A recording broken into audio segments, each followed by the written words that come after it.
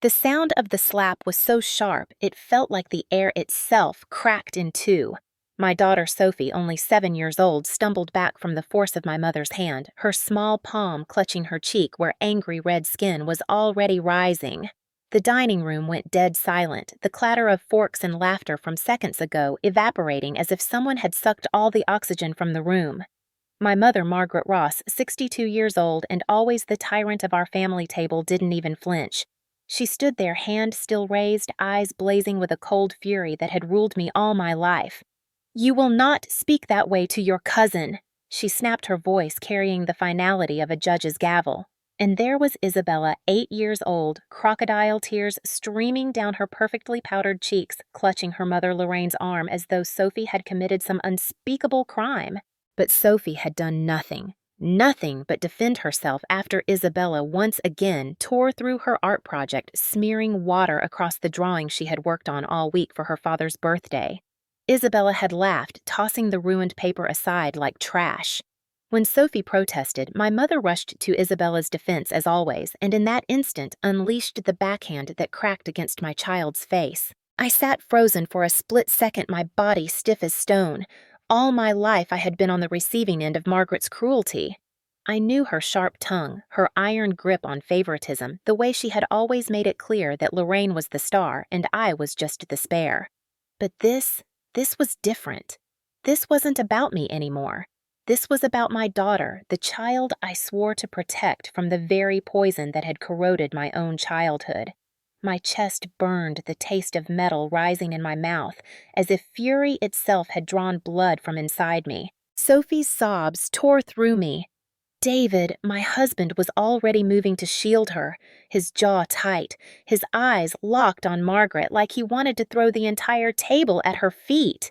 Lorraine, meanwhile, smirked, whispering something to Isabella, who suddenly found the strength to look triumphant behind her fake tears. And Margaret? My mother turned away as if she had done nothing more significant than swat a fly. I realized then that there would be no apology, no regret, no acknowledgement of harm. There never had been. When she humiliated me as a child, when she stripped me of every ounce of dignity during my teenage years, when she celebrated Lorraine's every mediocre achievement, while ignoring my victories, there had never been remorse. She believed cruelty was her right, favoritism was her tool, and I was too weak to ever break free. But as I looked at Sophie's trembling body pressed against David's side, I knew weakness was no longer an option. The line had been crossed, scorched into the ground so deep it could never be erased. The woman who called herself my mother had just raised her hand against my child, and in that instant, something inside me hardened into steel. Margaret lived her luxurious life because of me. The penthouse we sat in, the dinners she hosted, the status she flaunted, they were all funded by the trust my father had left, a trust that only I controlled. For years, I had kept it alive, telling myself it was duty, telling myself it was what father would have wanted, telling myself that maybe, just maybe, it would buy me some sliver of affection from the woman who birthed me. But as I stared at the woman who had just slapped my little girl, I knew the truth. Love would never come. Respect would never come. And the only weapon Margaret valued was money. So I made my decision. Right there, with Sophie's sobs still echoing in my ears, I vowed that Margaret Ross's reign ended tonight. The trust fund would be gone. The $1 million propping up her throne would vanish. And for the first time in my life, I would not be the victim of her cruelty. I would be the executioner of her comfort. Before I go any further, I need to pause and speak directly to you. If you've made it this far, I know you understand the weight of what I'm saying, the kind of betrayal that can only come from within a family. Stories like this are not easy to share, and living them is even harder. That's why I built this space to tell the truth, raw and unpolished, because silence only protects those who abuse their power. So here's what I ask of you. Take a moment right now and subscribe to this channel. Turn on notifications so you don't miss what comes next, because trust me, you will want to see how this story unfolds. Every detail matters, and each twist carries the kind of justice that people like my mother never expect to face. And please let me know in the comments where you are watching from. I love seeing people from across the country and around the world share their stories, their cities, their times of day. It reminds me that none of us are truly alone when facing cruelty or betrayal, that there's a community waiting to hear us, to support us. Finally, if you've ever endured favoritism, if you've ever been silenced by someone who should have loved you, I want you to know, I see you. This is our space. Now let me take you deeper into how I came to this breaking point and why the slap that echoed through that dining room was not just a moment, it was the final straw of a lifetime. My name is Vanessa Miller. I am 32 years old, and for most of my adult life, I believed that if I worked hard enough, earned enough, and built a life beyond my mother's shadow, I could finally escape the sting of her disapproval. I became an architect, fought my way through sleepless nights and endless deadlines, and eventually started my own design firm. By all appearances, I had achieved the kind of success any parent would be proud of. But pride was not something Margaret Ross ever gave me. What she offered instead was control, criticism, and a loyalty test I could never pass. On the outside, my life looks steady, even enviable. My husband David, 35, is a lawyer who carries himself with quiet confidence. He has the kind of patience that steadied me during my darkest moments, the kind of strength that never relied on noise. Together, we built a home of love and safety for our daughter Sophie, a bright 7-year-old who draws the world as she wishes it to be filled with color, kindness, and open skies. She is sensitive, curious, and far too good for the cruelty that often waits at her grandmother's table. Because that is the truth. I cannot soften every week, every Sunday without fail. We find ourselves in Margaret's penthouse. It is a towering glass fortress overlooking the city, all marble floors and crystal chandeliers, a shrine to the wealth left behind by my father. And yet the woman who resides there would never admit she owes her comfort entirely to me. For while Margaret pretends the penthouse is her domain, the legal reality is that everything she clings to, the Sunday dinners, the lavish furniture, the very walls around her, are supported by a $1 million trust fund left by my father but placed firmly under my control. I hold the key. I always have. Still, for years, I told myself I could not turn it. I told myself it would dishonor my father to revoke what he left for his widow, even if that widow was a woman who weaponized every ounce of affection she had. I told myself it was my duty to keep the trust alive, even as Margaret used that money to prop up the golden pedestal she built for my sister Lorraine, and for Lorraine's daughter Isabella. Lorraine, 2 years older than me, never carried responsibility in her hands. She failed in school, stumbled through jobs she never kept, and now spends her days drifting on the current of my mother's endless praise.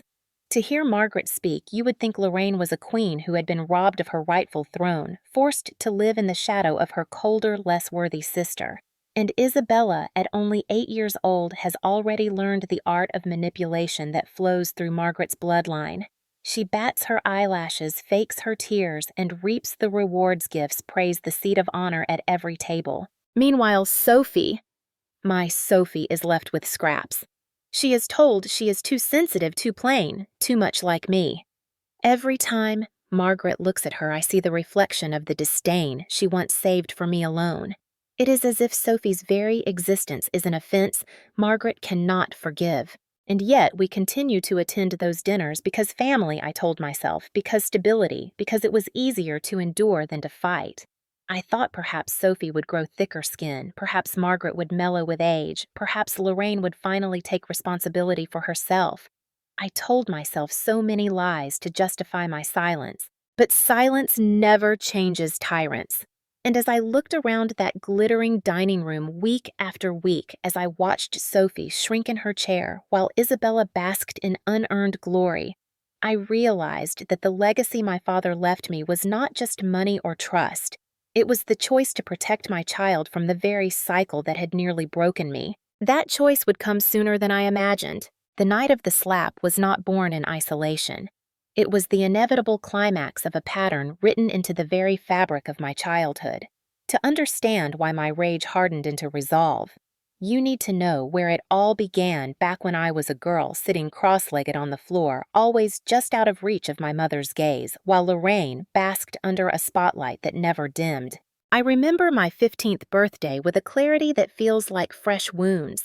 I had planned for months, saved small bills from babysitting jobs, dreaming of a celebration with a cake, a handful of friends, maybe balloons taped to the peeling wallpaper in our dining room.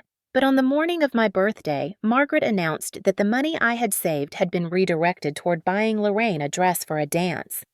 "Your sister has an image to maintain," she said flatly, sliding the garment bag over the back of a chair. "You'll understand when you're older."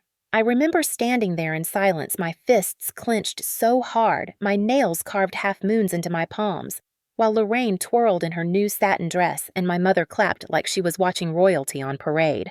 My birthday passed like a shadow, no cake, no candles, no acknowledgement that I existed. Later came my high school graduation. I was the first in our family to earn honors, my name called out in the gymnasium as tassels swayed and proud parents cheered.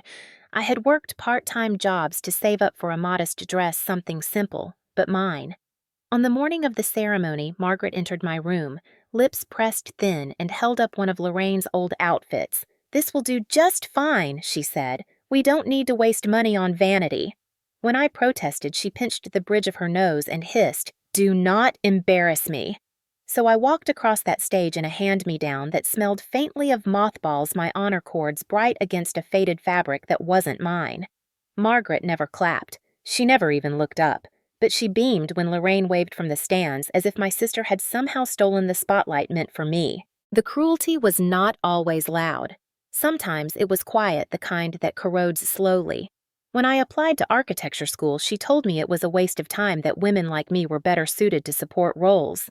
"You'll end up drawing kitchens for your husband's office," she sneered. When I brought home my first paycheck, she dismissed it as pocket change. Lorraine, who had never held a job longer than 3 months, was still praised for her potential. I learned early that achievement meant nothing in Margaret's eyes, not if it came from me. Through it all, my father was the only anchor I had. He was a quiet man, a builder by trade, who often stood on the edges of Margaret's storms without interfering. But when he could, he slipped me fragments of encouragement. On my 16th birthday, after another day of my mother ignoring me, he placed a small box in my hands. Inside was a silver pocket watch, the kind worn by men decades earlier, its surface engraved with delicate scrollwork. "This was my father's," he said. "It's yours now. Whenever you feel lost, remember, you don't need to follow anyone else's north. Find your own." His voice trembled as though he knew the battles ahead would test me beyond what he could shield me from. That watch became my talisman, hidden in the bottom of my drawer, ticking softly in the nights I cried myself to sleep.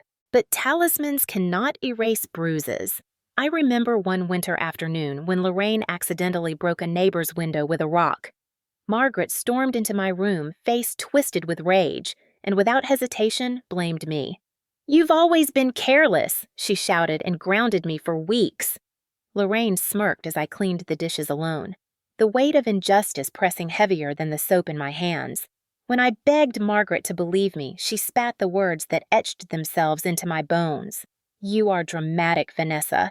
Always playing the victim." Years blurred together like that, a collage of stolen birthdays, stolen credit, stolen chances.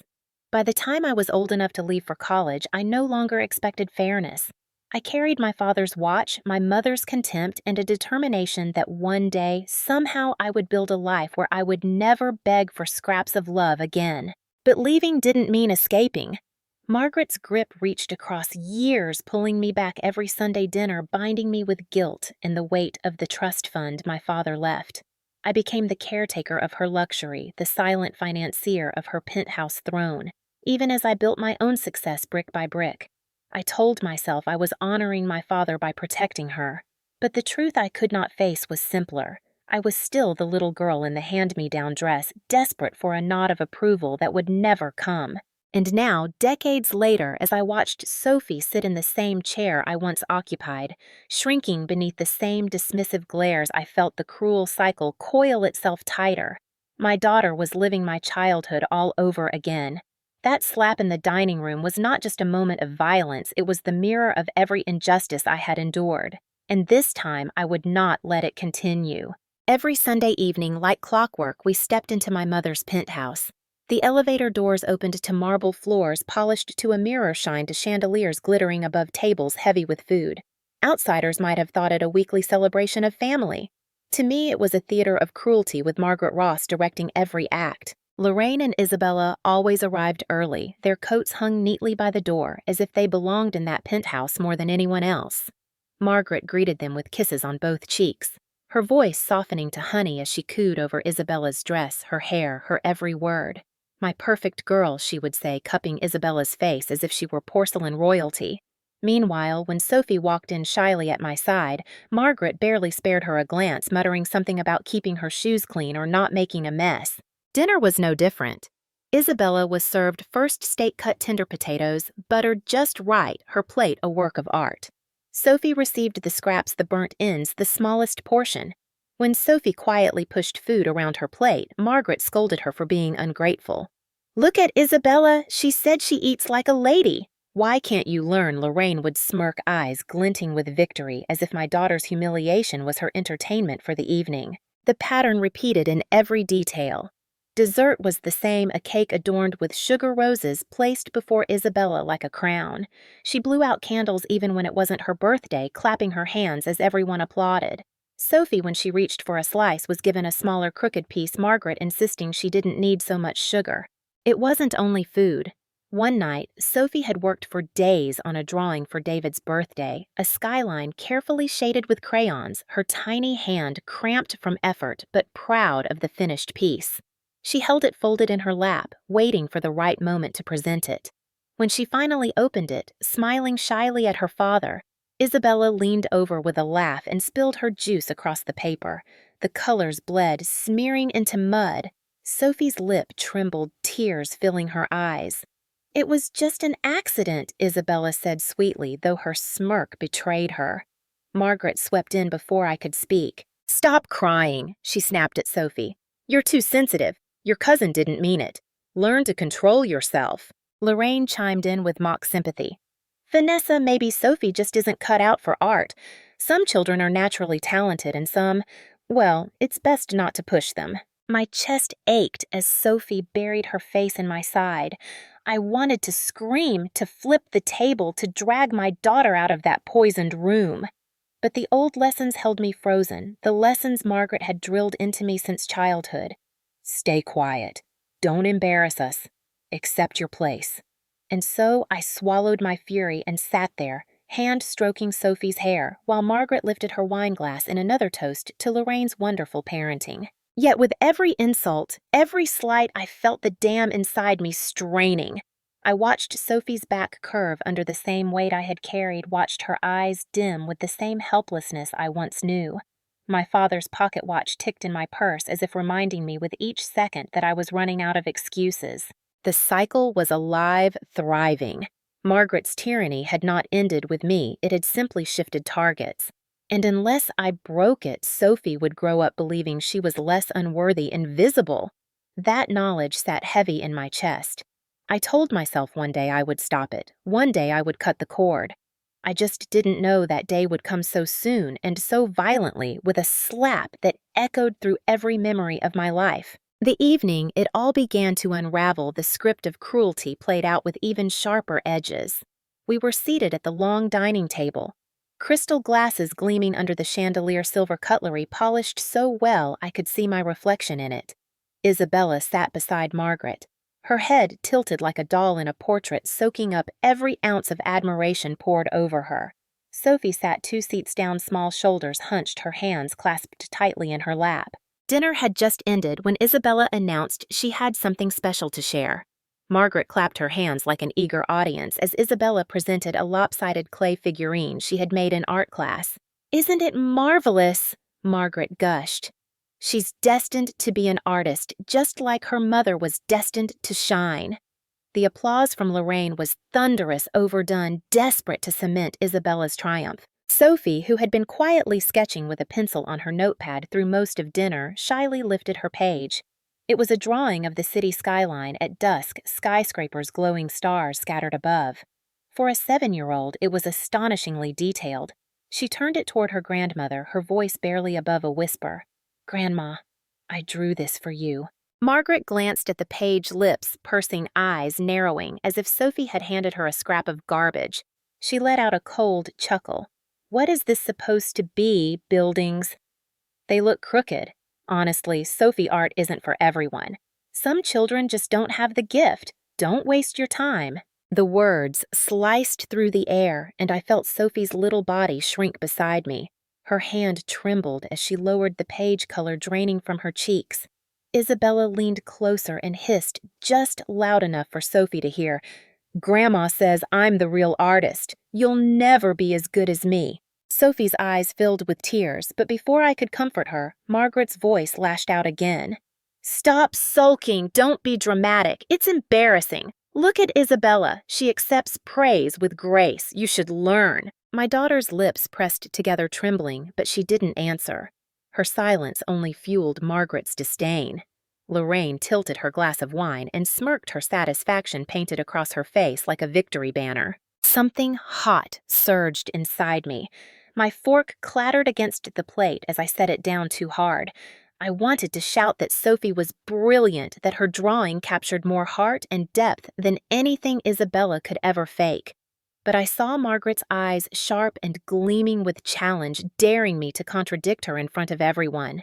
She had spent years training me not to fight back, years grinding my will down until my silence was reflex. David shifted in his chair beside me, his hand brushing mine under the table, a subtle gesture of support. But even his steady presence couldn't cool the fire burning in my chest. Watching Sophie sit there fighting tears, being humiliated by the same woman who had humiliated me my entire life, it was unbearable. Still, I swallowed my words. My nails dug into my palms. Margaret sipped her wine with a satisfied smile. Isabella giggled, and Sophie sat in silence. Her sketch folded back into her lap, her spirit crushed. It should have ended there, another scar added to the growing list Sophie carried. But humiliation has a way of feeding itself, and Margaret wasn't done. She leaned forward, pointing her fork at Sophie like a weapon. "Mark my words, Vanessa," she said, "if you don't toughen that girl up, she'll amount to nothing." "Nothing, just like you almost did." The room tilted, my vision blurring for a moment as those words struck me. Not just at Sophie, at me too. A reminder that in Margaret's world I would never be enough, and neither would my daughter. I knew then that the storm was building, that this was no longer about silent endurance. The humiliation of my child was not just history repeating, it was a warning of what was about to explode. The breaking point came so quickly, I almost didn't register it until I heard the sound echo through the walls. Sophie had been holding herself together through the taunts, through her grandmother's dismissive laughter, and Isabella's smirks. But when Isabella reached across the table and deliberately snatched the folded drawing from Sophie's lap, tearing it down the center with a laugh, Sophie finally snapped. "Stop it! That was mine!" she cried, her small voice trembling with outrage. The table went still. Isabella gasped theatrically, stumbling backward in her chair, clutching her arm as if Sophie had attacked her. "She pushed me," Isabella wailed. "Grandma, she hurt me." Margaret was on her feet in an instant, the scrape of her chair loud against the marble. Her eyes blazed, her face twisted with fury, not at the granddaughter who destroyed a piece of art, but at the one who dared protest injustice. "How dare you raise your voice at your cousin?" she bellowed. Before I could rise, before David could move, Margaret's hand sliced through the air and landed across Sophie's cheek with a sharp crack. The sound rang out like a gunshot, freezing everyone in place. Sophie staggered under the blow, her small body jerking back her hand, flying to her face as tears burst from her eyes. Time slowed. I saw the flush bloom on Sophie's skin, the wet streak of her tears, the stunned horror in her gaze. And then I saw Margaret, my mother, standing tall, chest-heaving, lips curled in disgust. "You ungrateful child," she spat. "You will never measure up. Not to Isabella, not to anyone." The room tilted under me. For a moment, I was no longer 32 years old. I was 15 again, wearing Lorraine's hand-me-down dress, hearing those same words pierce my heart. I was back in my childhood bedroom, accused of sins I hadn't committed, told over and over that I was dramatic, unworthy nothing. And now my daughter stood in my place, absorbing the same venom, carrying the same wound. A scream tore through my chest, though it never left my throat. David surged forward, pulling Sophie into his arms, his voice low but firm. "That's enough, Margaret. Lorraine leapt to her mother's side, clutching Isabella, who was suddenly dry-eyed and smug, her little performance complete. But Margaret wasn't finished. She jabbed a finger toward Sophie, still sobbing into her father's chest. "This is what happens when you don't discipline your children, Vanessa. She's weak. She's nothing. She'll never be good enough, just like you never were." Those words seared into me, igniting a fire that burned away every chain she had ever wrapped around my soul. The old fear, the trained silence, the desperate need for approval, they shattered in that moment. I saw Margaret not as my mother, but as a tyrant who had declared war on my child. I rose slowly, my chair scraping back against the polished floor. My hands trembled, but not from fear, from rage, from clarity, from the sudden absolute realization that this was the line, the final straw, the wound that would never heal if I did not act. My voice was calm, colder than I'd ever heard it. "You just ended everything, Mother. Do you understand? Tonight it's over." Margaret scoffed, waving me off, certain I was bluffing, as I always had certain that her control was eternal. "Empty words," she sneered. "You wouldn't dare." But she didn't know what I held in my hands. She didn't know that for years I had been the keeper of the trust, the quiet guardian of the very money that bought her penthouse, her gowns, her life of luxury. She didn't know that the power she wielded so ruthlessly had always been an illusion, because the true power lay with me. I looked at Sophie, trembling but safe in her father's arms, and I knew what had to be done. The reign of Margaret Ross was finished. The silence after the slap was so sharp it hummed in my ears. Sophie's sobs broke it, her small body trembling in David's arms. My mother stood above us like a judge, convinced of her righteousness, while Lorraine hovered at her side. Isabella peeking from behind her mother's skirt with that smug half-smile I had come to hate. I rose from my chair slowly, my voice so calm it startled even me. "You've crossed the last line, Mother." Margaret scoffed, tossing her hand dismissively. "Don't be ridiculous, Vanessa. Children need discipline. If you won't give it, I will. You've always been too soft, too weak, just like you were as a girl." Her words rolled off me this time. They no longer pierced. They simply confirmed what I already knew: she would never change. And I no longer needed her approval. I had something stronger control. I turned to David, my decision crystallizing in a single glance. He nodded, reading me as he always had the lawyer in him understanding before I even spoke. I pulled my phone from my pocket and scrolled to a number I hadn't dialed in years but had memorized all the same. "Mr. Hawthorne," I said when the old man answered, his voice gravelly but steady. "It's Vanessa. Effective immediately, I want to revoke the trust. All distributions to Margaret Ross stop tonight. Draft the termination order and send it to me for signature within the hour." On the other end, there was silence, then the quietest sigh. "I wondered how long it would take," he murmured. "Consider it done." Margaret's face drained of color as she realized what I had said. "You wouldn't dare," she hissed, her composure cracking. I met her eyes, steady and unflinching. I already did. Lorraine gasped, clutching her mother's arm. "You can't. That money is hers. Father left it for her." But David spoke, his voice firm as steel. "No. He left it in irrevocable trust under Vanessa's authority. I've reviewed the documents myself. The control has always been hers." Margaret's mask slipped entirely, then rage boiling to the surface. "You ungrateful wretch, after everything I've given you." I cut her off, my voice sharp. "Everything you gave me was pain. You fed me scraps while crowning Lorraine a queen. You humiliated me, silenced me, made me believe I was nothing. And tonight you dared to put your hand on my child." I stepped closer, lowering my tone to a blade's edge. "You will never touch her again. You will never use my father's money to fund your cruelty again. Your reign ends now." Sophie's sobs quieted as she clung to David, sensing something had shifted. My heart hammered, but for the first time in years, it wasn't from fear, it was from freedom. Margaret lunged toward me, her voice shrill, but I stood unmoving. "You're destroying your family!" she shrieked. "No," I said, my words slicing the air. "I'm saving it." The decision was irreversible, the retaliation swift. Within hours, the legal machinery would move the accounts frozen, the payments stopped. By morning, Margaret Ross would wake to find her empire of glass shattered, her comfort stripped, her illusions crumbling. I took Sophie's hand and turned toward the door. David walked beside me, solid and steady, while behind us Margaret raged and Lorraine screamed. Isabella's voice cut through shrill and mocking, but it no longer mattered. The cycle had ended the moment I dialed that number. As the elevator doors slid shut, Sophie pressed her damp cheek into my side. "Mommy," she whispered, "are we going to be okay?" I bent down, kissing her forehead, my father's words echoing through me as if carried by the ticking of his pocket watch. "Yes, baby. We're going to be better than okay. We're free."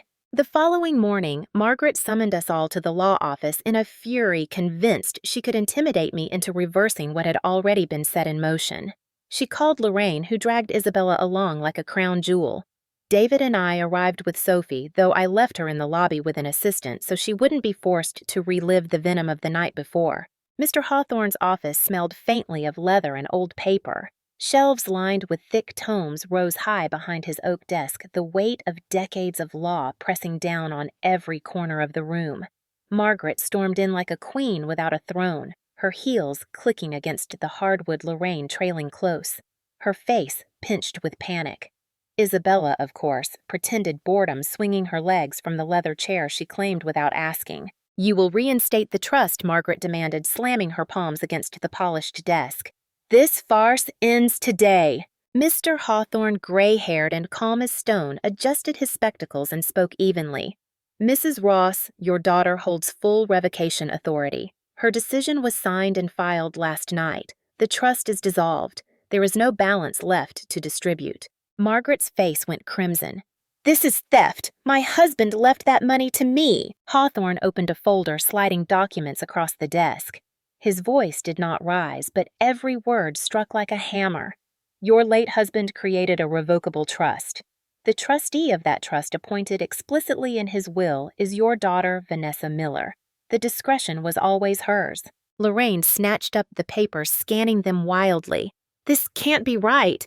Dad would never." Hawthorne cut her off with a raised hand. On the contrary, he anticipated this very moment, which is why he left additional instructions. He reached into a locked drawer and withdrew an envelope sealed in wax. The weight of silence filled the room as he slid it toward me. My father's handwriting was scrawled across the front. "To Vanessa when the time is right." My throat tightened as I broke the seal. Inside was a letter dated 5 months before his death. The words blurred for a moment through my tears, but I forced myself to read aloud. "My dearest Vanessa, if you are holding this, then I trust you finally see what I saw long ago. Your mother's love was always conditional, her favoritism blinding. I knew she would use what I left her to elevate Lorraine and dismiss you. That is why I placed the trust under your control. It was not for her comfort, but for your judgment. Protect yourself and protect your children. Do not let cruelty pass into another generation. Your strength is the legacy I leave you." I pressed the letter to my chest, my father's voice alive in the ink validation I had craved my whole life. Margaret lunged forward, trying to snatch it from my hands, but David stepped between us, his voice low and sharp. "Don't even try." "You manipulated him," Margaret screamed. "You turned him against his own wife." But Hawthorne shook his head. "No, Margaret. Richard came to me alone. He foresaw the possibility of you repeating old patterns, and he entrusted Vanessa to decide when enough was enough." That day arrived. The color drained from Lorraine's face as reality struck. Without the trust, the penthouse, the vacations, the endless stream of luxuries, all of it was gone. She looked at me with wide, pleading eyes. "Vanessa, you can't do this.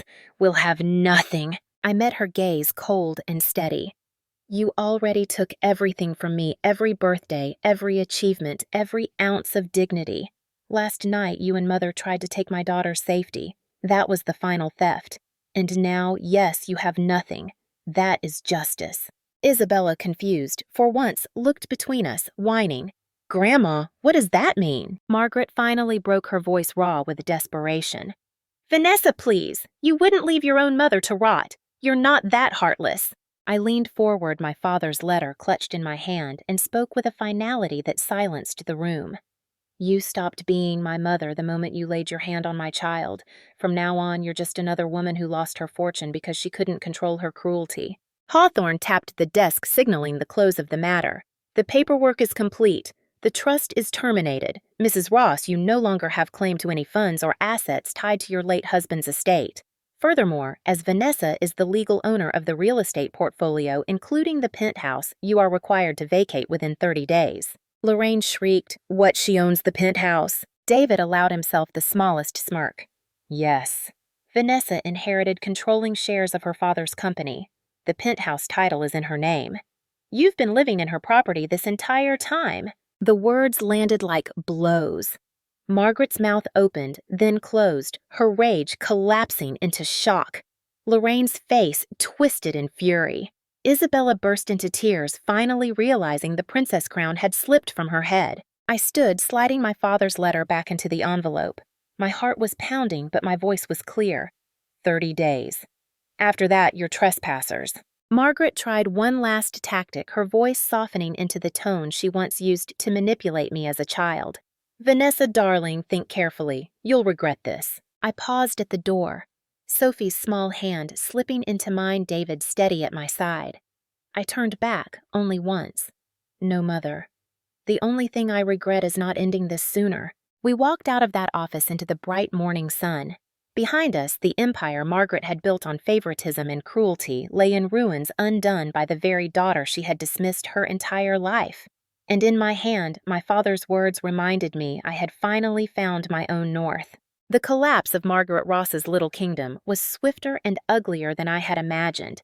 For decades, she had worn her wealth like armor, dazzling neighbors with cocktail parties, lording over every family gathering with the authority of a queen. But the morning after the trust was revoked, the mask began to slip, and within weeks, it shattered completely. First came the notices. Hawthorne's office delivered the official termination documents, freezing all accounts linked to the trust. The credit cards Margaret used as extensions of her vanity gone. The maid she employed to polish her penthouse floors dismissed. The driver who ferried her to charity luncheons quit when her checks bounced. It wasn't long before gossip trickled through her social circles, whispers that Margaret Ross's fortune had dried up. The woman who once sneered at others for falling from grace became the subject of those very whispers. Lorraine's collapse was just as dramatic. For years, she had coasted on the cushion of her mother's wealth, floating between failed careers, never needing to pay rent or utilities. Now, stripped of that cushion, she was forced to confront reality. I learned through the grapevine that she had taken a receptionist job at a local dental office, a humiliation she could hardly endure. She would arrive late, roll her eyes at patients, and within months she was fired. The entitlement bred into her by Margaret had no place in the real world, and for the first time she felt the sting of rejection that had been my companion since childhood. Isabella, without her grandmother's money to fund designer dresses and endless praise, struggled too. She sulked at school, angry that the spotlight no longer followed her. Other children, once impressed by her expensive clothes and boastful stories, now whispered about her family's sudden fall. "The princess lost her castle," I overheard one neighbor's child say. The cruel irony was almost poetic. The little girl raised to believe she was untouchable now faced the same ridicule she had inflicted on my daughter. But the most painful to watch, if I allowed myself any pity, was Margaret herself. Forced to leave the penthouse, she moved into a modest two-bedroom apartment on the far side of town, her social invitations drying up as quickly as her accounts. Former friends no longer called. The society clubs she had once presided over quietly replaced her with newer, wealthier patrons. She tried hosting dinners in her cramped dining room, but without her penthouse view, without the sparkle of luxury, no one came. For the first time, Margaret Ross was invisible, and she could not stand it. I received calls, voicemails laced with venom, alternating between pleading and rage. "Vanessa, you've ruined us," one hissed. Another, more desperate. "You can't leave me like this. I am your mother. You owe me." Each time I deleted them without replying. For years I had carried the weight of owing her, of believing I was indebted to the woman who gave me life. But mothers protect. Mothers nurture. Mothers do not slap their granddaughters across the face. Whatever bond might have existed was severed in that moment. The community noticed. At the grocery store, I overheard two women whispering near the produce section. "Did you hear about Margaret Ross lost everything? Her daughter cut her off." Their voices carried not sympathy, but schadenfreude. I walked past silently, Sophie's hand in mine, resisting the urge to smile. Justice. I realized doesn't always roar in courtrooms. Sometimes it creeps quietly, stripping away masks, leaving people exposed for who they truly are. Margaret had built her power on cruelty funded by comfort. Without comfort, the cruelty collapsed into nothing. One evening, as David and I sat on our porch, watching Sophie sketch under the soft glow of the porch light, he turned to me and asked, "Do you feel guilty?" I thought of Margaret's rages, Lorraine's smirks, Isabella's taunts. I thought of Sophie's tears the night of the slap, and I shook my head. "No," I said. "I feel free." And in that moment, I knew the cycle was broken. Peace doesn't arrive with fanfare. It comes quietly, like the first breath after surfacing from deep water. In the weeks after the trust was dissolved and Margaret's empire crumbled, our home began to feel different. The heaviness that had hung over us every Sunday, the dread that crept in as we prepared to enter her penthouse lifted. Suddenly, evenings were ours again. We replaced those suffocating Sunday dinners with gatherings of our own. Sometimes it was just the three of us, David, Sophie, and me, sprawled across the living room floor building puzzles or sharing ice cream straight from the carton. Other times, we invited close friends or kind neighbors, people who knew how to laugh without malice, who celebrated Sophie's artwork with genuine warmth. Our dining table, though smaller than my mother's, was filled with more joy than hers ever held. Sophie blossomed before our eyes. Freed from the weekly gauntlet of humiliation, she began to draw more than ever, filling notebooks with colors and shapes that spilled from her imagination. Her teachers noticed too, praising her creativity, displaying her pieces in the classroom. One afternoon, she ran through the door, waving a ribbon she'd won at a school art fair. Her eyes sparkled, and I thought, this is what safety creates confidence. David carried himself lighter as well. For years he had stood at my side, absorbing Margaret's barbs, protecting me when he could, but always constrained by my hesitation to sever ties. Now he no longer had to bite his tongue. He looked at me with pride, not just as his wife, but as the woman who had finally taken control of her own story. As for me, I felt the weight of old chains falling away. My father's pocket watch sat on my nightstand, ticking steadily. Each time I glanced at it, I remembered his words. Find your own north. For so long, I thought my north was twisted around duty, that honoring him meant preserving my mother's comfort. But now I understood honoring him meant breaking the cycle, protecting my child, and choosing a life built on love rather than fear. Margaret tried to claw her way back into our lives, leaving messages that veered from venom to pleading. Lorraine attempted guilt trips, insisting that I had ruined family. I ignored them both. I no longer needed their approval, their presence, or their poison. Family wasn't defined by blood. Family was defined by love, safety, and respect. One evening, Sophie climbed into my lap with a sketchbook. She had drawn a house, our house, with 3 figures standing in front me, David and her. Above it, in bright letters, she had written, "Home is here." My eyes stung with tears as I hugged her tight. It struck me then that healing isn't a single event. It's a choice made again and again to close old doors, to open new ones, to rewrite what family means. For us, healing looked like laughter echoing through our modest kitchen, like Sophie's drawings taped to the refrigerator, like evenings free from fear. The world outside might still whisper about Margaret Ross, the woman who fell from wealth, but inside our walls we whispered different truths. We whispered bedtime stories. We whispered encouragement. We whispered, "I love you without conditions." And each whisper stitched a wound closed, one by one, until the scars no longer defined us. I no longer felt like the child in the hand-me-down dress. I was a mother, a wife, a woman who had finally claimed her own power.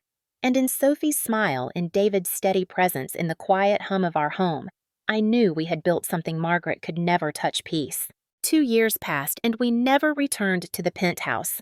Life moved forward in ways I never thought possible. Sophie grew taller, her hair longer, her laugh louder. Her art covered the walls of our home, each new drawing brighter than the last. David and I built our days around the kind of peace that once felt unreachable. Family breakfasts, weekend hikes, evenings where Sophie sprawled on the rug while we read beside her. We had carved out a life free from Margaret's shadow, and for the first time I believed it would last. Then one evening, my phone rang. The number was familiar, though I hadn't saved it.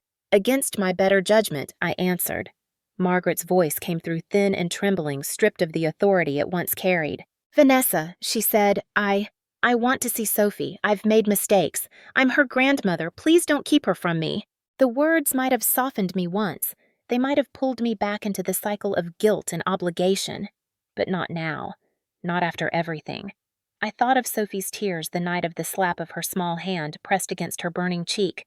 I thought of my father's letter, of his plea to protect my children, of his trust in me to end the cycle. "No," I said, steady as stone.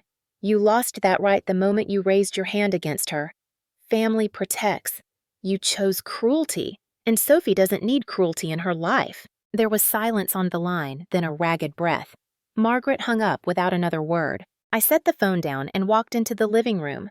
Sophie looked up from her sketchbook, grinning as she showed me a new drawing, our family standing beneath a sun that stretched across the page. I kissed the top of her head and felt nothing but certainty. The cycle was broken. My daughter would never grow up believing she was less, and I would never again sacrifice her peace to protect the woman who had stolen mine. As I sat there watching Sophie's face glow with joy, I knew the hardest truth. Sometimes blood is not family. Sometimes family is what you build, not what you're born into. And sometimes the bravest thing you can do is close a door forever. Now I ask you, the ones listening to my story, if you were in my place, would you have done the same? Would you have cut ties with the woman who raised you to protect the child who depends on you? Or would you have chosen forgiveness even at the risk of repeating the cycle? Because for me, there was never a choice. There was only my daughter, and she was worth everything.